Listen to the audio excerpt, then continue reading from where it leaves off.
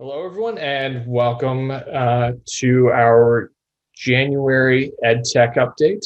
My name is Matt Eversole. I'm the Chief Marketing Officer at Digital Dream Labs, and I'm joined today by our CEO, Jacob Hanchar. How are you doing today, Jacob? And all right, just have to remember to unmute myself. That's the world we're in. Everything on Zoom meetings, Google Hangouts, yeah. So, no, I guess again, want to thank everybody for taking a little bit of time out of your day today to learn about all of the exciting things that we're doing at Digital Dream Labs for both our robotics products and our STEAM and STEM video games, things that really make learning incidental. We are using Zoom webinar for the presentation today. And so all attendees will be in mute throughout the presentation. We'll be monitoring the Q&A feature throughout, and we'll pause at the end to answer any of your questions.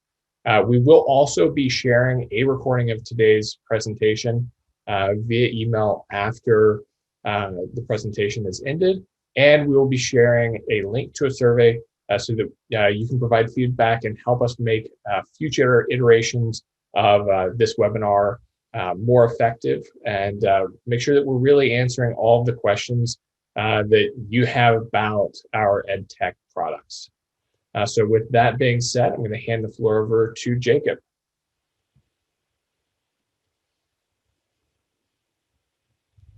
All right, thank you, Matt. So I think for those of you who have experienced our product Puzzlets or have played our games in the past, Digital Dream Labs, our values and our mantra has essentially not changed.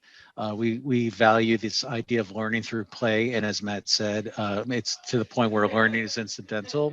So we use humor, learning, and then exploration and developing friendship, where the idea is, hey, now I've made it through this level, through this puzzle, and I've mastered a topic. These pillars, I think, are even strengthened now by the two robots I'm going to mention that are going to be available for sale. They're available for pre-order right now, but will be coming to the market and will be available for the next school year. So Cosmo, first up. So here's a breakdown of who Cosmo is, the features and capabilities. If you can think of Cosmo as kind of a direct learning application where you're talking to the robot directly, moving him through an app, and that children ages probably 6 through 10 are best suited for it. It's a great way for early learners to get involved in robotics and learn robotics in a very controlled environment.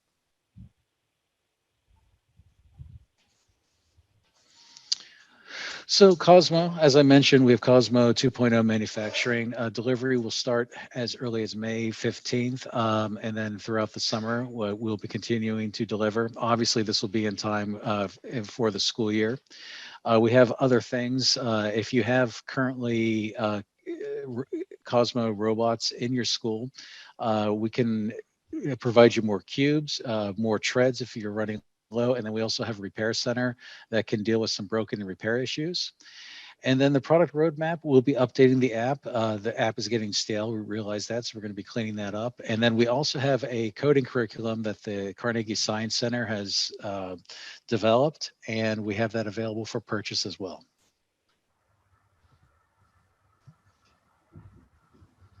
Vector. So Vector is a lot more AI-like, a lot more advanced. Typically, we sell these to high schools and universities. For example, the Navy has purchased a lot of vectors simply because you can get a lot more sophisticated in your programming. Python, higher levels of code are necessary to really engage with vector, and you're getting a whole other level. You're getting machine learning and advanced AI, neural nets, things like that currently most let's say middle schools don't offer, but high schools and colleges are absolutely necessary if you want to start understanding robotics and machine learning. So we see these purchases happening with colleges most often, and high schools, and some advanced supplemental schools. Okay, so I see Dean. Hey Dean, how's it going? So Cosmo Cosmo is receiving signals, right? And we can send a signal via Wi-Fi to Cosmo, and these little blocks can go in a sequence. And then once we put a little green button in that sequence in Puzzlets and in the board itself, that'll initiate a sequence. So that's essentially what it's good for. If you think of our product Puzzlets, we have a video game character going on a screen, and it's up, down, left, right, for example. So you're going around. The same kind of function would happen with Cosmo, only in this case, it's happening in 3 dimensions. So you could have Cosmo go forward, Cosmo go left, Cosmo back up, Cosmo do an animation, and then you drop the green button in our Puzzlets in the Puzzlets tray, and then it initiates that sequence. And that's teaching children as young as 4 logic and sequencing skills.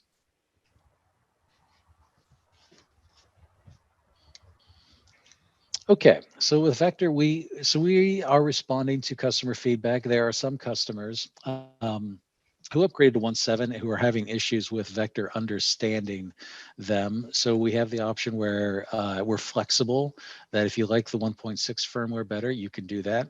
We also have the ability where we can do localized hosting, and that hosting can occur through a number of ways. But for the first, let's call it generation, we're doing Raspberry Pi local hosting, and that gets you off of our servers, and you can do your own thing. A lot of modifications you can make, and then more just essentially a deeper experience and understanding Vector, and then modifying him to your likes and dislikes. Oscar, we have Oscar, which is basically we're opening repositories inside of Vector. So opening a lot of the source code so you can write firmware or make modifications directly. And then again, Vector will be coming out in May/June. And what we're doing with Vector is updating this firmware app as well. And then we have modified Vector, future vectors, and modify vectors and Cosmos, so that way the parts are interchangeable. Yes, there is, I don't have the details in front of me, but you can get a Raspberry Pi discount if you get an Escape Pod or you're buying Oscar. That we have an agreement with a vendor where I think you get 15% off. Is that right, Matt? Yes, I believe it is. That's through discount that we're going to be able to offer through CanaKit. And we will be sending an email to anybody who has purchased Escape Pod at release with more details for how they would claim that refund, and also which specific SKUs or setups for that Pi 4 our engineering team feel are best suited for use with Escape Pod for Vector. Cool. Yep. Good questions, Dean. Thank you. I swear, everybody, Dean is not a plant. I promise.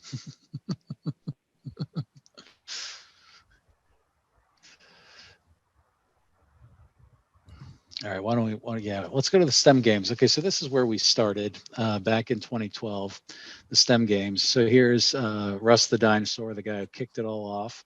So Russ the Dinosaur in Cork the Volcano teaches, Dan, I know. Yeah, super fan. We need to give you more tchotchkes and free stuff. That's not a bribe, by the way. Anyway, so with the video games, we started off with logic and sequencing skills and programming. So back in 2012, let's say through 2016, learning to code, code.org, all this stuff really hot. So we started off with that game. And then we also then introduced other games like math, art, and now we have a chemistry game that's available on Steam. And we'll drop a link there so you can go and check it out. We also have a 3 games Puzzlet bundle for educators as well on our website that are available for purchase. And then one thing I want to show off is our music game that we're working on right now. We're collaborating with some Grammy winners, and essentially what we're doing, what we're going back to the way they wish they had learned music and what would have been helpful for them in their career, and we're taking it from that perspective. So we're going to give a little bit of like a sneak peek into some of our development we've been doing with a music game.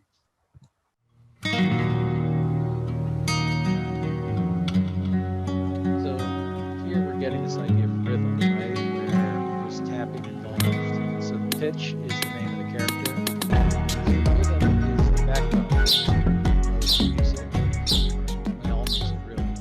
And this is level 1, obviously. So you're trying to match the rhythm, matching basically through dancing and through sound. And as we're going through these various levels, really skipping ahead here.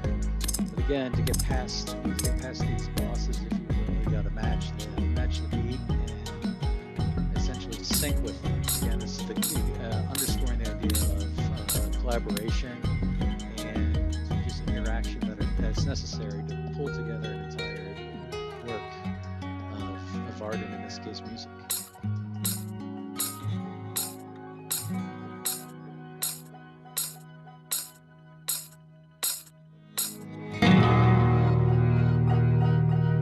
So that's kind of like a brief teaser, if you will, of our music game, and that'll be available probably later this year. I think we'll be releasing that. So anyway, with that, I will open up the floor to questions, and thank you for attending the presentation. Bear with me 1 second, Jacob. So I know we do have had a few questions that have come in throughout the presentation. One thing that I think would be helpful to touch on a little bit more is what is monstrous molecules, and how are we able to teach chemistry with a video game? Yeah. So chemistry is a love of mine. So the chemistry game, okay, think about, for most, I would say, students, chemistry is boring, right? Until you blow something up, and then it's neat, like you fill up a hydrogen or fill up a balloon with hydrogen, then set it on fire. Ooh, you're making water. There's demonstrations like that are kind of over the top that kind of get kids interested. With this game, we adopted a very downward looking setup where it's almost like the Adventures of Zelda, the Legend of Zelda, where you have Link going through various rooms. It has a very old school, like 90s feel, very, very similar to the Binding of Isaac, if you will, and using that kind of fun, interesting game. First we're having fun, but at the same time, then the character, as he's going through these various levels, is trying to figure out how to pass them using chemistry. So let's say there's a fire monster. Okay, well, hydrogen and oxygen have to go together to make water to put the fire monster out.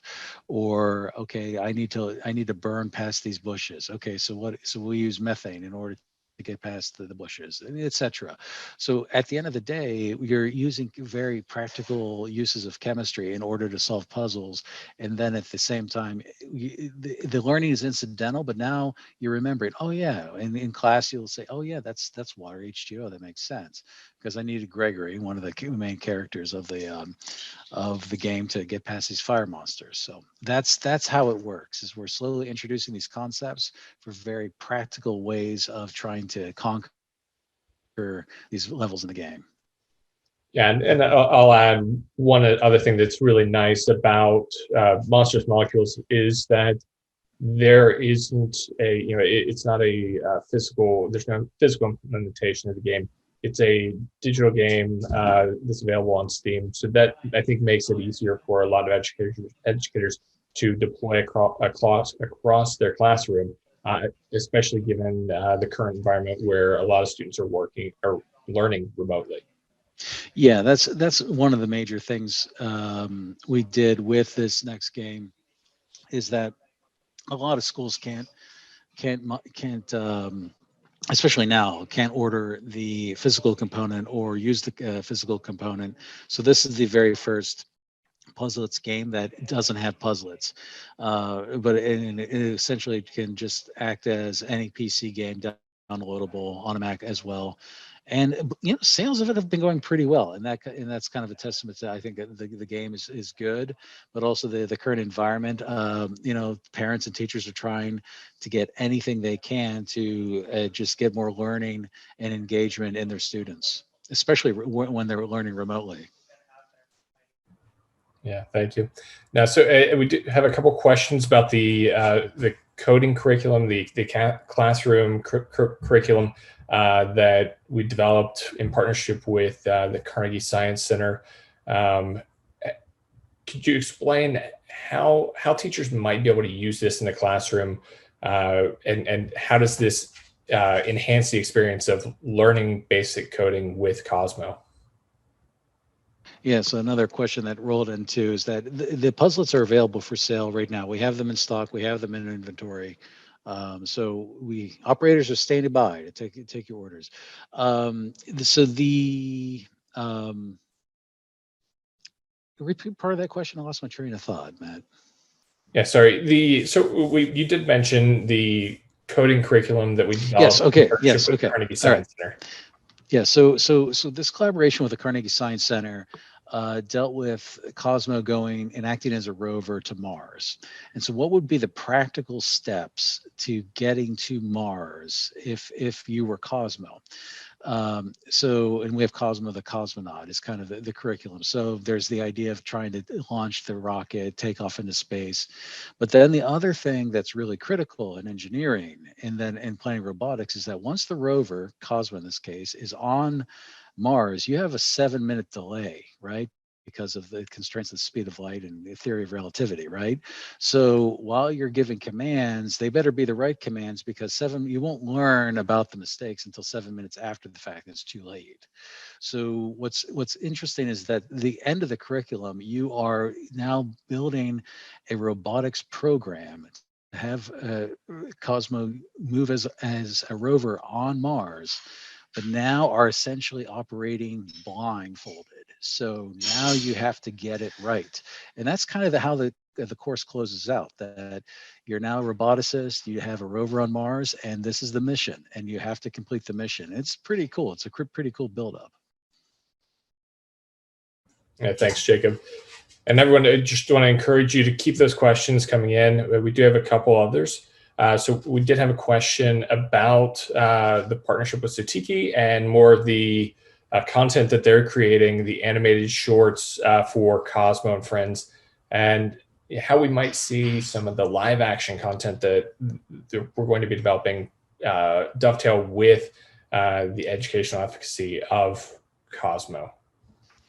So an analogy I would use would be like Dora the Explorer and teaching Spanish. Like, that should mention like, in the beach, La Playa, things like that to kind of introduce kids into this concept that you could speak Spanish and that it's relatable.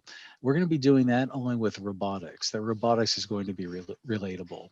And hopefully we get on Netflix or Nickelodeon or something like that, and then you see Cosmo and the Cosmo family, and now not only are you playing with a robot that's teaching robotics and is fun, but now is kind of famous. And now the children are even more interested in engaging and learning with it.